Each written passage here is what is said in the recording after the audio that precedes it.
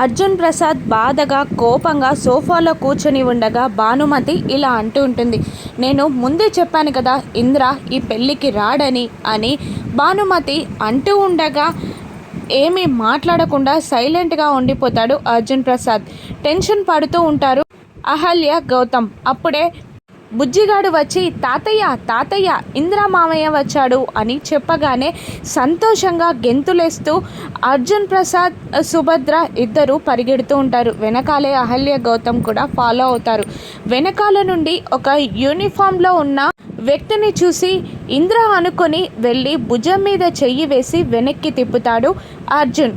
కానీ అతడు ఇంద్ర కాకపోవడంతో అటు ఇటు పక్కకి చూస్తూ ఉంటాడు అర్జున్ ప్రసాద్.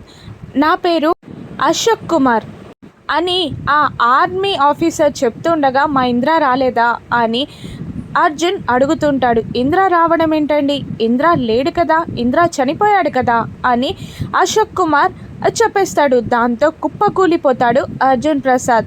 సుభద్ర కూడా షాక్ అవుతుంది. అహల్య గౌతమ్ టెన్షన్ పడుతూ ఉండగా భానుమతి కూడా షాక్ అవుతుంది. ఇప్పుడు అర్జున్ ప్రసాద్ ఏం చేస్తాడు? పెళ్ళి సజావుగా జరుగుతుందా? రాను ఎపిసోడ్స్లో చూద్దాం. Thank you for watching.